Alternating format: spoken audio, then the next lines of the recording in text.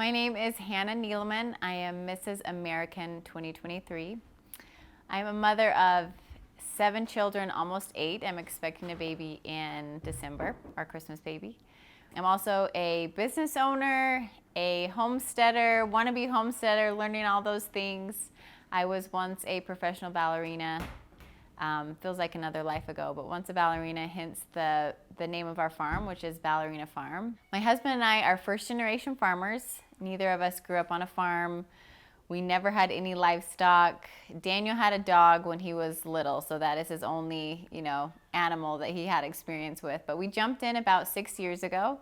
We started with 4 pigs, and we had this dream to raise our children on a farm and to really bring awareness to what it takes to get food on the table. And also educating people that you can do little things in your own space, in your own lives, to contribute to what you're eating, whether that's having a sourdough starter and making your own sourdough bread, or having chickens and getting fresh eggs every morning. Whatever that is, taking part some way so that you can feel that satisfaction when you sit down at a meal and you know where the food comes from. Yeah, so Daniel, initially when we first started, I had a dream that I could build our business through social media. As a dancer, I love to share stories, be on stage, and so I felt comfortable being on social media and sharing our story.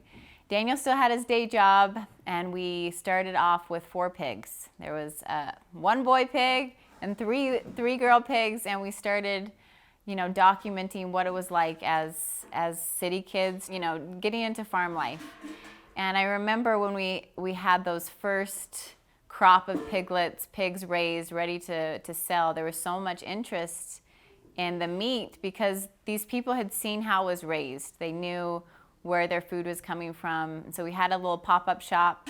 We sold all our meat that night, I remember, and Daniel and I were so excited to get back to work and to continue raising animals in a way that people could see, and they knew how their food was getting to their table. And I think that was that's our superpower, is educating people what it takes to get food to their families. Yeah, I feel like there's so much power in educating people and showing people how animals are raised, how you get milk onto the table, turned into butter. You can show people how to make homemade bread. Like, there's power in showing people how their food is raised.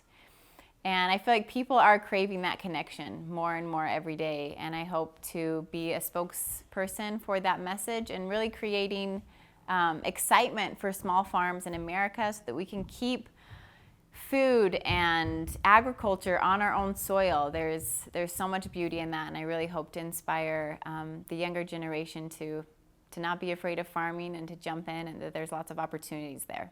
So when Daniel and I started farming, just like any startup business, it was a lot of late nights. So he would work from home until about 6 p.m. every night, and then we'd go to our property. There was no home on the property. It wasn't the current farm that we're at now. But we'd go to the property around 6 p.m. All the kids would be with us, and we would, we'd build fences. We would, irrigate. It would be usually until midnight 30, that we were there at the farm, just trying to build whatever we thought we were doing. And then we worked at that farm for about a year, and we got hit by a wildfire, and it really it took out our whole farm. We had to cut most of the fences, and a lot of our animals were let go. And it was actually a very pivotal point in our story, because it made us kind of come together and like, okay, this has actually been extremely hard, and things aren't working, and we kept hitting roadblocks with a lot of things. And this current farm that we're on came on the market, and it had been dropped dramatically in price because the current rancher, he wanted it to go to a ranching family. He didn't want it to be sold to a developer. And so we went and looked at it, and the people that were showing it, they came to us and they said, we feel like this is the perfect land for your family, and we want to do whatever it takes for you guys to be the owners of it. Getting emotional. Because it was like everything fell into place when we got here.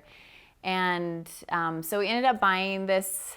We sold our last property, we bought this, and it already had a home on it. It had fences, it had infrastructure for a farm and a ranch, which we didn't have before. And it also had a little shop where we were like, okay, this is where we can ship our meat. And so we moved in, we got everything a little bit remodeled, and then that's when COVID-19 hit. So we'd really just gotten settled here, and we had gotten the freezer up on the little shop and had made the white shop, is what we call it, a perfect little spot to ship our meats anywhere in the USA. And we were shipping out, you know, we had a good customer base, and people who followed us and believed in what we were doing. But then COVID-19 hit, and our business really took off. We started offering a subscription box to anyone in the US, and they filled up immediately within like a month after COVID had been going on. And we started to gain these really loyal followers and customers because they believed in our product, they believed in our mission. That's when I started doing sourdough, and a lot of people started asking about how they could acquire a sourdough starter. So I worked really hard in getting our sourdough starter dehydrated and in a place where we could ship those out nationwide, even worldwide. We worked tirelessly on a sourdough kit that we could provide people. I do think the pandemic was really good in that way, that it pushed people to maybe become more informed on where their food was coming from and being a little more self-reliant in their own homes, in their own spaces. Sourdough really took off during COVID-19, and it was so neat to see people who had never baked before learning a new art and learning how to provide fresh bread for their families on a daily basis. Like, it was really inspiring to see, and even through all the hardships, I feel like there was good that came out of that aspect of the pandemic. Yeah, we felt really blessed to have been set up in a way that we could provide those products to our customers, and that's really when Ballerina Farm started getting into a groove, and Daniel and I kind of looked at each other and were like, okay, maybe this will work. Maybe we're not crazy after all. I think what made our social media maybe grow faster than what any of us had imagined is because people related to us, because we weren't, you know, generational farmers that knew what we were doing. We really were jumping into something that we had no experience in.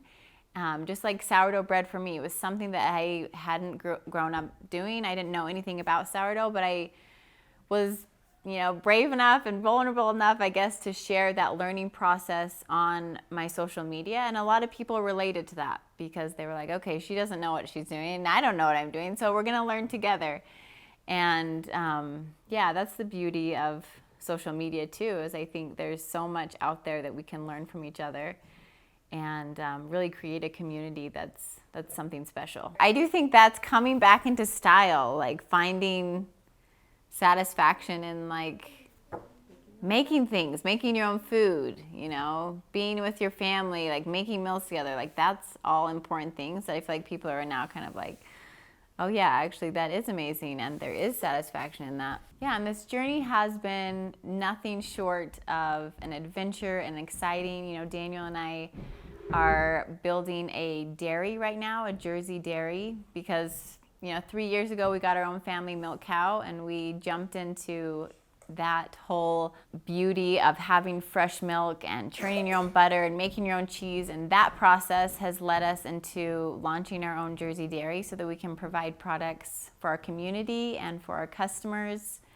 And it really is just an incredible journey that we've been on, and we're so grateful to be where we're at. And I feel like Daniel and I both come from families that are creators. You know, both of our parents owned their own businesses. My dad and mom always had a huge garden where they would garden and then bring the food in, and that's what we ate during the summer. My mom canned, and even though when I was growing up, I did not pay attention to any of those skills or learn how to do any of them. I'm learning them right now.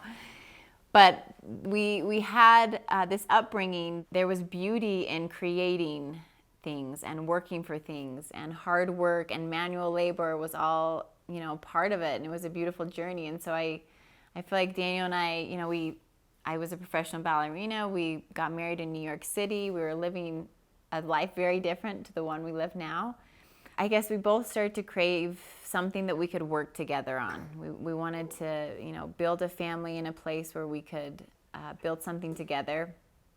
And so here we are 6 years later on a farm milking cows. There's so many resources and different outlets that you can take to support yourself on a small farm these days. I mean, you don't necessarily have to go start a farm because I know that's not practical for everyone. But for those of you where you are feeling that desire and need, hopefully there's enough information that we offer and encouragement that we offer that you can do it. And I'm so excited and very grateful to be sharing this mission and my platform on the Mrs. World stage coming this January in Las Vegas.